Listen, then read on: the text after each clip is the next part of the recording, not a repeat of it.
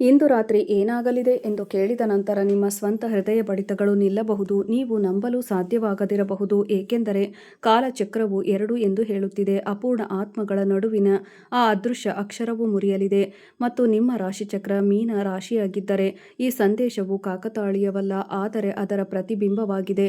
ಅದು ಬಹಳ ಹಿಂದೆಯೇ ಒಬ್ಬ ವಿಶೇಷ ವ್ಯಕ್ತಿಯೊಂದಿಗಿನ ನಿಮ್ಮ ಒಕ್ಕೂಟದ ಕಥೆಯನ್ನು ಬರೆದ ಅದೃಶ್ಯ ಶಕ್ತಿಯ ಕರೆ. ಒಂದು ಕ್ಷಣ ನಿಮ್ಮ ಕಣ್ಣುಗಳನ್ನು ಮುಚ್ಚಿ ಮತ್ತು ಅದನ್ನು ನೆನಪಿಸಿಕೊಳ್ಳಿ. ಕಾಣದ ಮುಖವು ಮೊದಲ ಬಾರಿಗೆ ತನ್ನ ನೆರಳನ್ನು ನಿಮಗೆ ತೋರಿಸಲಿದೆ, ಆದರೆ ರಹಸ್ಯವು ಬಯಲಾಗುವ ಮೊದಲು ಕಾಯಿರಿ. ಹೌದು, ನೀವು ಒಂದು ವಿಷಯವನ್ನು ತಿಳಿದುಕೊಳ್ಳಬೇಕು. ಕಳೆದ ಕೆಲವು ರಾತ್ರಿಯಲ್ಲಿ ಏನಾಯಿತು? ನೀವು ಇದ್ದಕ್ಕಿದ್ದಂತೆ ಯಾವುದೋ ವಿಚಿತ್ರ ಸಮಯದಲ್ಲಿ ಎಚ್ಚರಗೊಂಡಿದ್ದೀರಾ. ಕೋಣೆಯಲ್ಲಿ ಎಲ್ಲವೂ ಶಾಂತವಾಗಿದೆ ಎಂದು ನಿಮಗೆ ಎಂದಾದರೂ ಅನಿಸಿದೆಯೇ?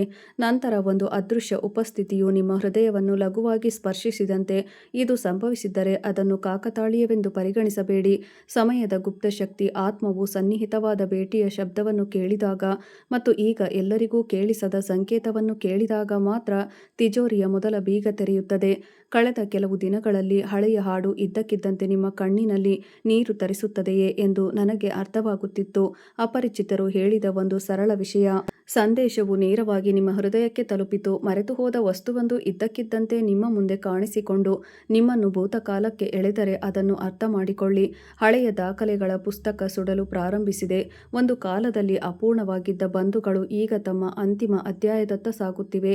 ಆದರೆ ಈ ಕತೆ ಕೇವಲ ಪ್ರೀತಿಯ ಬಗ್ಗೆ ಅಲ್ಲ, ಇದು ಗುರುತಿನ ಬಗ್ಗೆ. ಏಕೆಂದರೆ ಪ್ರತಿಯೊಂದು ಒಕ್ಕೂಟಕ್ಕೂ ಮೊದಲು ಸಮಯವು ಒಬ್ಬ ವ್ಯಕ್ತಿಯು ತಮ್ಮ ಆಂತರಿಕ ರಹಸ್ಯಗಳನ್ನು ಕಂಡುಹಿಡಿಯಬೇಕಾಗುತ್ತದೆ, ನಿಮಗೆ ಸತ್ಯವನ್ನು ಪರಿಚಯಿಸುತ್ತದೆ. ಮತ್ತು ಕಳೆದ ಕೆಲವು ದಿನಗಳಿಂದ ನಿಮ್ಮ ಜೀವನದಲ್ಲಿ ಹೆಚ್ಚುತ್ತಿರುವ ಸಣ್ಣ ಆತಂಕವು ಸಮಸ್ಯೆಯ ಸಂಕೇತವಾಗಿರಬಹುದು. ಆದರೆ ಬದಲಾವಣೆ ಬರುತ್ತಿದೆ. ಕೆಲವು ಜನರು ಇದ್ದಕ್ಕಿದ್ದಂತೆ ನಿಮ್ಮಿಂದ ದೂರವಾಗುತ್ತಿರುವುದನ್ನು ನೀವು ಗಮನಿಸಿದ್ದೀರಾ? ಕೆಲವು ಸಂಬಂಧಗಳು ಬಗೆಹರಿಯುವುದಿಲ್ಲ ಒಂದು ಕಾರಣಕ್ಕಾಗಿ ಶಾಂತವಾಗಿದೆ, ಅವು ಕೊನೆಗೊಳ್ಳುತ್ತಿವೆ ಎಂಬ ಕಾರಣಕ್ಕಾಗಿ ಅಲ್ಲ. ಆದರೆ ಅದೃಶ್ಯ ಶಕ್ತಿಗಳು ನಿಮ್ಮ ಸುತ್ತಲೂ ಇರುವುದರಿಂದ ಹೊಸ ಕಮಾನೊಂದು ರೂಪುಗೊಳ್ಳುತ್ತಿದೆ. ಹಳೆಯ ಪಾತ್ರಗಳು ವೇದಿಕೆಯಿಂದ ಹೊರಹೋಗುತ್ತಿವೆ, ಏಕೆಂದರೆ ಕಥೆಯಲ್ಲಿ ಹೊಸ ಪಾತ್ರವೊಂದು ಪ್ರವೇಶಿಸಲಿದೆ. ನಿಮ್ಮ ಆತ್ಮವು ವರ್ಷಗಳಿಂದ ಕಾಯುತ್ತಿದೆ, ಆದರೆ ಇಲ್ಲೊಂದು ರಹಸ್ಯವಿದೆ ಮತ್ತು ಅದು ಹೆಚ್ಚಿನ ಜನರಿಗೆ ಅರ್ಥವಾಗುವುದಿಲ್ಲ. ನೀವು ಭೇಟಿಯಾಗಲು ಉದ್ದೇಶಿಸಲಾದ ವ್ಯಕ್ತಿ ಸಾಧ್ಯ. ಅವನು ನಿಮ್ಮಂತೆಯೇ ವಿವರಿಸಲಾಗದ ಆತಂಕವನ್ನು ಅನುಭವಿಸುತ್ತಿರಬಹುದು. ಬಹುಶಃ ಯಾವುದೇ ಸ್ಪಷ್ಟ ಕಾರಣವಿಲ್ಲದೆ ನಿಮ್ಮ ಆತಂಕವನ್ನು ಅನುಭವಿಸುತ್ತಿರಬಹುದು. ಕಿಟಕಿಯಿಂದ ಹೊರಗೆ ನೋಡುತ್ತಿದ್ದೇನೆ, ನನ್ನ ಹೃದಯ ಹೊರಗೆ ಏಕೆ ಬಡಿಯುತ್ತಿದೆ ಎಂದು ಅರ್ಥವಾಗುತ್ತಿಲ್ಲ. ಪರಸ್ಪರ ಹತ್ತಿರವಿರುವ 2 ಆತ್ಮಗಳು ಸಮೀಪಿಸಿದಾಗ ಅಂತರವು ಮೊದಲು ಮನಸ್ಸಿನಲ್ಲಿ ಮುರಿಯುತ್ತದೆ, ನಂತರ ರಸ್ತೆಗಳಲ್ಲಿ. ಈಗ ನಾನು ನಿಮಗೆ ಒಂದು ಪ್ರಶ್ನೆ ಕೇಳುತ್ತೇನೆ. ನಿಮ್ಮ ಕುಟುಂಬದಲ್ಲಿ ಯಾರಾದರೂ ನೀವು ನಿಂತುಹೋದ ವಿಚಿತ್ರ ಶಾಂತಿಯನ್ನು ಕಂಡುಕೊಳ್ಳುವ ಒಂದು ಮೂಲೆ ಇದೆಯೇ? ಅಲ್ಲಿ ಮನಸ್ಸು ಒಂದು ಕ್ಷಣ ವಿಶ್ರಾಂತಿ ಪಡೆಯುತ್ತದೆ. ಪೂರ್ತಿ ನಿಶ್ಶಬ್ದ. ಹಾಗಿದ್ದಲ್ಲಿ ಇಂದು ಅಥವಾ ಮರುದಿನ ರಾತ್ರಿ ಸ್ವಲ್ಪ ಹೊತ್ತು ಅಲ್ಲಿಯೇ ಮೌನವಾಗಿರಿ, ಏಕೆಂದರೆ ಕೆಲವೊಮ್ಮೆ ಉತ್ತರ ಮಾತಿನಲ್ಲಿರುತ್ತದೆ. ಅವು ವಾತಾವರಣದ ಕಂಪನಗಳಲ್ಲಿ ಅಡಗಿವೆ ಮತ್ತು ಇಂದು ರಾತ್ರಿ ಆ ಕಂಪನಗಳು ಎಂದಿಗಿಂತಲೂ ಹೆಚ್ಚು ಸ್ಪಷ್ಟವಾಗುತ್ತವೆ. ಆದರೆ ಜಾಗರೂಕರಾಗಿರಿ. ಪ್ರತಿಯೊಂದು ಚಿಹ್ನೆಗಳನ್ನು ಎಲ್ಲರಿಗೂ ಬಹಿರಂಗಪಡಿಸಬೇಡಿ. ಕೆಲವು ರಹಸ್ಯಗಳನ್ನು ಆತ್ಮವು ಮಾತ್ರ ಸುರಕ್ಷಿತವಾಗಿಡಲು ಉತ್ತಮ. ಯಾರು ಅವರು ತಮ್ಮ ಅನುಭವಗಳನ್ನು ಅಕಾಲಿಕವಾಗಿ ಜಗತ್ತಿಗೆ ಬಹಿರಂಗಪಡಿಸುತ್ತಾರೆ, ಆಗಾಗ್ಗೆ ಅವರಿಗೆ ಕಳುಹಿಸಲಾದ ಶಕ್ತಿಯನ್ನು ಬೇರೆಡೆಗೆ ತಿರುಗಿಸುತ್ತಾರೆ. ಅದಕ್ಕಾಗಿಯೇ ಇಂದು ಸಾಮಾನ್ಯ ದಿನವಲ್ಲ. ಎಲ್ಲವೂ ಒಂದೇ ರೀತಿ ಇದೆ ಎಂದು ತೋರುತ್ತದೆ, ಅದೇ ಮನೆ, ಅದೇ ಜನರು, ಅದೇ ಮಾರ್ಗಗಳು. ಆದರೆ ಅದೃಶ್ಯ ಜಗತ್ತಿನಲ್ಲಿ ಬಹಳಷ್ಟು ಬದಲಾಗಿದೆ. ಅಲ್ಲಿ ನಿರ್ಧಾರ ತೆಗೆದುಕೊಳ್ಳಲಾಗಿದೆ, ಅಲ್ಲಿ 2 ಹೃದಯ ಬಡಿತಗಳ ನಡುವಿನ ಅಂತರವನ್ನು ಅಳೆಯಲಾಗಿದೆ, ಅಲ್ಲಿ ಒಂದು ಹಗ್ಗವನ್ನು ಕಟ್ಟಲಾಗಿದೆ, ಅದನ್ನು ಯಾವುದೇ ಕಣ್ಣು ನೋಡುವುದಿಲ್ಲ. ಸ್ನೇಹಿತರೆ, ನಿಮ್ಮ ಜೀವನದಲ್ಲಿ ಎಂತಹದೇ ಸಮಸ್ಯೆಗಳಿದ್ದರೂ ಸ್ಕ್ರೀನ್ನ ಮೇಲೆ ಕಾಣುತ್ತಿರುವ ಗುರೂಜಿಯವರಿಗೆ ಕರೆ ಮಾಡಿ ನಿಮ್ಮ ಸಮಸ್ಯೆಗಳನ್ನು ಬಗೆಹರಿಸಬಹುದು.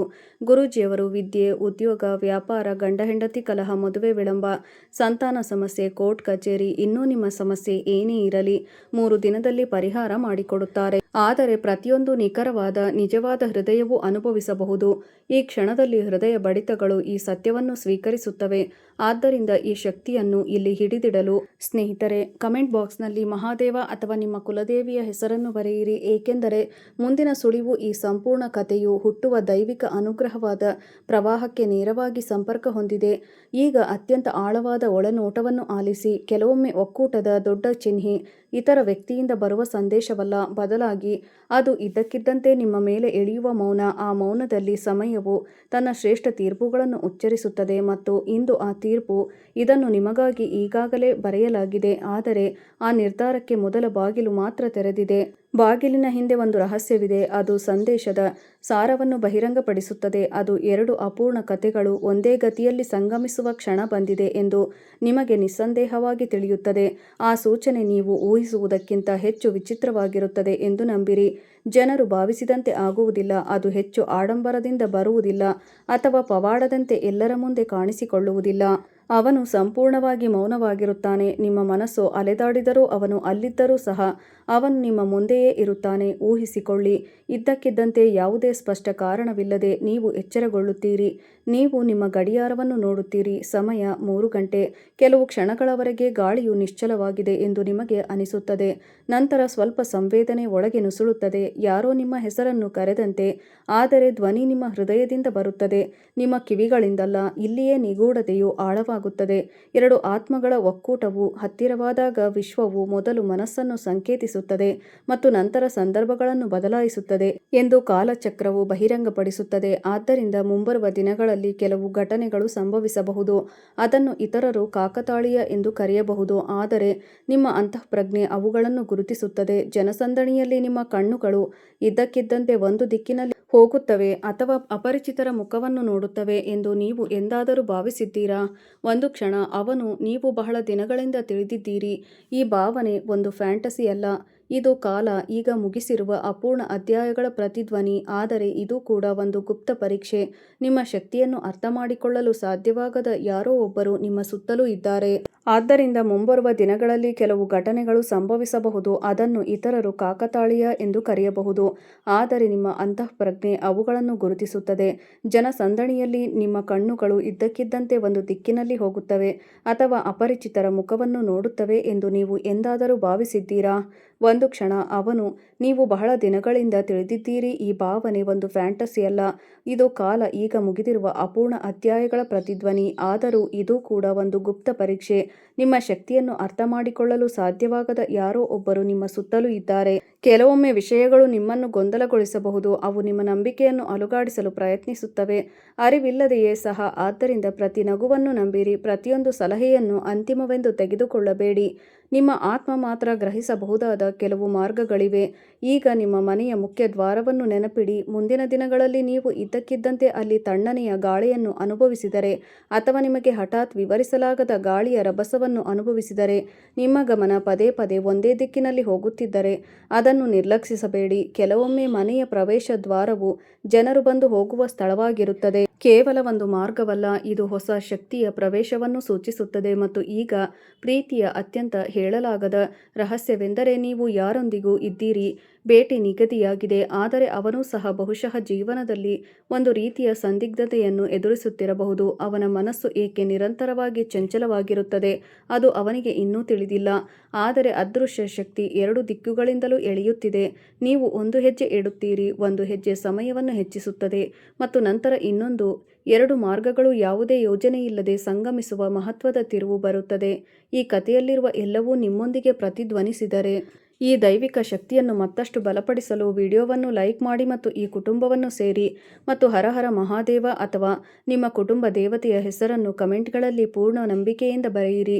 ಮುಂದಿನ ಸೂಚನೆಯು ಅದನ್ನು ನಂಬಿಕೆಯಿಂದ ಸ್ವೀಕರಿಸುವವರಿಗೆ ಮಾತ್ರ ಬರುತ್ತದೆ, ಆದರೆ ಅತ್ಯಂತ ದೊಡ್ಡ ಮುಸುಕು ಇನ್ನೂ ಬಹಿರಂಗಗೊಂಡಿಲ್ಲ. ಮುಂದಿನ ಕೆಲವು ಕ್ಷಣಗಳಲ್ಲಿ ಆ ಮೊದಲ ಭೇಟಿ ಹೇಗಿರುತ್ತದೆ ಎಂಬುದನ್ನು ಬಹಿರಂಗಪಡಿಸುವ ಒಂದು ನಿಗೂಢತೆ ಬಯಲಾಗುತ್ತದೆ. ಅದನ್ನು ಮೊದಲು ಯಾರು ಅನುಭವಿಸುತ್ತಾರೆ ಮತ್ತು ಇದು ಯಾರೋ ಒಬ್ಬರು ಎಂದು ನಿಮ್ಮನ್ನು ನಂಬುವಂತೆ ಮಾಡುವ ಆ ಸಣ್ಣ ಚಿಹ್ನೆ ಯಾವುದು? ಇದು ಸರಳ ಕಾಕತಾಳೀಯವಲ್ಲ, ಆದರೆ ವರ್ಷಗಳ ಹಿಂದೆ ಬರೆಯಲ್ಪಟ್ಟ ಒಂದು ಒಕ್ಕೂಟ, ಮತ್ತು ಇದು ಬಹಿರಂಗಗೊಳ್ಳಲಿರುವ ಒಂದು ನಿಗೂಢತೆಯಾಗಿದೆ. ಕತೆ ಈಗ ಆ ಹಂತವನ್ನು ತಲುಪುತ್ತಿದೆ, ಅಲ್ಲಿ ಸಮಯವು ಸಂಕೇತಗಳನ್ನು ನೀಡುವುದಲ್ಲದೆ ತೆರೆಮರೆಯಲ್ಲಿ ನಡೆಯುತ್ತಿರುವ ಅದೃಶ್ಯ ಘಟನೆಗಳ ಸುಳಿವುಗಳನ್ನು ಬಹಿರಂಗಪಡಿಸಲು ಪ್ರಾರಂಭಿಸುತ್ತದೆ. ಏಕೆಂದರೆ ಮುಂದಿನದು ಎಲ್ಲ ಮೀನ ರಾಶಿಯವರಿಗೆ ಒಂದೇ ಆಗಿರುವುದಿಲ್ಲ. ಇದು ಯಾರಿಗೆ ಹೃದಯವು ಬಹಳ ಹಿಂದಿನಿಂದಲೂ ಒಂದು ಅತೃಪ್ತ ಭಾವನೆಯನ್ನು ಹೊಂದಿದೆ.